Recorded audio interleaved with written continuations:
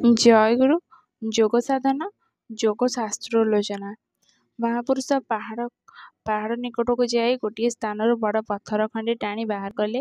ସେ ପଥର ଖଣ୍ଡ କପିକଳ ପରି ଗୋଟିଏ ଗୁହା ଭିତରେ ଢଙ୍କା ହୋଇଥିଲା। ପଥର ବାହାରି ଯିବାରୁ ନିଗମାନନ୍ଦ ପାହାଡ଼ ଦେହରେ ଏକ ପ୍ରକାଣ୍ଡ ଗହ୍ୱର ଦେଖିଲେ। ସେ ମହାପୁରୁଷ ଓ ନିଗମାନନ୍ଦ ଉଭୟେ ଗୁହା ଭିତରେ ପ୍ରବେଶ କଲେ।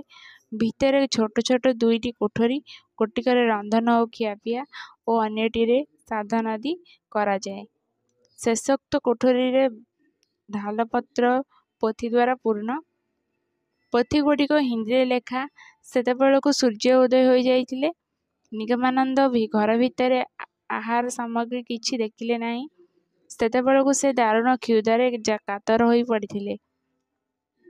ମହାପୁରୁଷ ନବାଗତଙ୍କୁ ଗୋଟିଏ ଝରଣା ଦେଖାଇ ସେଠାରେ ସ୍ନାନ କରିବାକୁ ନିର୍ଦ୍ଦେଶ ଦେଇ କେଉଁ ଆଡ଼କୁ ଚାଲିଗଲେ। ଅଳ୍ପ କେତେ ସମୟ ପରେ ଫେରି ଆସି ନିଗମାନନ୍ଦଙ୍କୁ କିଛି କନ୍ଦମୂଳ ଖାଇବାକୁ ଦେଲେ। ସେଠାରେ କନ୍ଦମୂଳ ଓ ବନଫଳ ବ୍ୟତୀତ ଅନ୍ୟ କିଛି ମିଳେ ନାହିଁ। ମହାପୁରୁଷ 7-8 ଦିନ ଅନ୍ତରରେ ଥରେ ଲେଖାଏଁ ବାହାରକୁ ଯାଇ ବସ୍ତିରୁ ଚାଉଳ ମାଗି ଆଣନ୍ତି।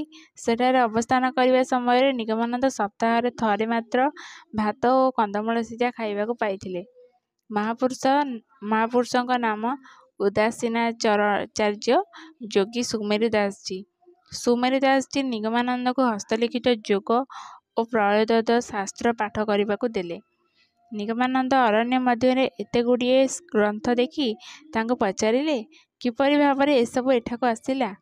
ସୁମେରୁ ଦାସଜୀ କହିଲେ, ମୁସଲମାନମାନେ ଭାରତ ଆକ୍ରମଣ କରି ଯେତେବେଳେ ହିନ୍ଦୁ ମନ୍ଦିର ଲୁଣ୍ଠନ ଓ ଶାସ୍ତ୍ରାଗାର ବହିଷ୍କୃତ କଲେ, ସେତେବେଳେ ହିନ୍ଦୁ ସାଧୁମାନେ ଅତ୍ୟାଚାର ସହ୍ୟ ନ କରିପାରି ସେମାନଙ୍କ ଅମୂଲ୍ୟ ଶାସ୍ତ୍ରଗୁଡ଼ିକ ଘେନି ବଣ ଜଙ୍ଗଲରେ ଆଶ୍ରୟ ନେଲେ। ସେମାନଙ୍କ ମଧ୍ୟରୁ ଅନେକ ଏଠାରେ ଥିଲେ। ଗୁରୁ ପରମ୍ପରା କ୍ରମେ ଏ ଶାସ୍ତ୍ର ସବୁ ମୁଁ ପାଇଛି। ପରେ ଭାରତର ସୁଦିନ ହେଲେ ଏସବୁ ଲୋକାଳୟକୁ ଫେରିଯିବ। ପ୍ରାଥମିକ ଶିକ୍ଷା ଓ ଉପଦେଶ।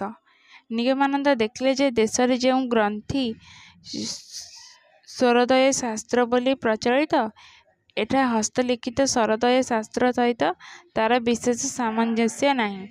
ପ୍ରଥମେ ଦେହତତ୍ତ୍ୱ, ବାୟୁତତ୍ତ୍ୱ, ନାଡ଼ୀତତ୍ତ୍ୱ ପ୍ରଭୃତି ଯାହା ଯୋଗଶାସ୍ତ୍ରର ମୂଳ କଥା, ତାହା ସୁମେରୁ ଦାସଜୀ ନିଜେ ବୁଝିବାକୁ ଲାଗିଲେ। ନିଗମାନନ୍ଦ ଗଛ ବକଳରେ ପତ୍ରର ରସ ଦ୍ୱାରା ତାହା ସବୁ ଲେଖି ରଖୁଥିଲେ ଓ ସେସବୁ ଅଭ୍ୟାସ କରୁଥିଲେ। ଯୋଗଶାସ୍ତ୍ରର ମର୍ମ କଥା ସୁମେରୁ ଦାସଜୀଙ୍କ ଠାରୁ ଶୁଣି ଏବଂ ସଙ୍ଗେ ସଙ୍ଗେ ତାହାର ମୌଖିକ ବିଶ୍ଳେଷଣ ଓ ସେସବୁର ଅତି ଅଦ୍ଭୁତ ପ୍ରକ୍ରିୟାଗୁଡ଼ିକର ଚାକ୍ଷୁଷ ଦର୍ଶନ କରି ନିଗମାନନ୍ଦଙ୍କର ବିସ୍ମୟର ଅବଧି ରହିଲା ନାହିଁ। ଭାବ ଓ ଭକ୍ତିରେ ହୃଦୟ ସ୍ଫୁର୍ଣ୍ଣ ହୋଇଗଲା। ଯୋଗଶାସ୍ତ୍ରରେ ଯେଉଁ ସବୁ ପ୍ରକ୍ରିୟା ଅଛି, ତାହା ଆଜିକାଲିର ଲୋକଙ୍କ ପକ୍ଷରେ ଶିକ୍ଷା କରିବା ବିଶେଷ କଷ୍ଟକର। ସୁମେରୁ ଦାସଜୀ ନ ଶିଖାଇ ଅନେକ ସହଜସାଧ୍ୟ କୌଶଳ ଦେଖାଇ ଦେଲେ ଓ ଯୋଗର ସମାଧି ଆସିଲେ ସର୍ବପ୍ରଥମେ ଯାହା ଯାହା କର୍ତ୍ତବ୍ୟ, ତାହା ମଧ୍ୟ ଉପଦେଶ ଦେଲେ।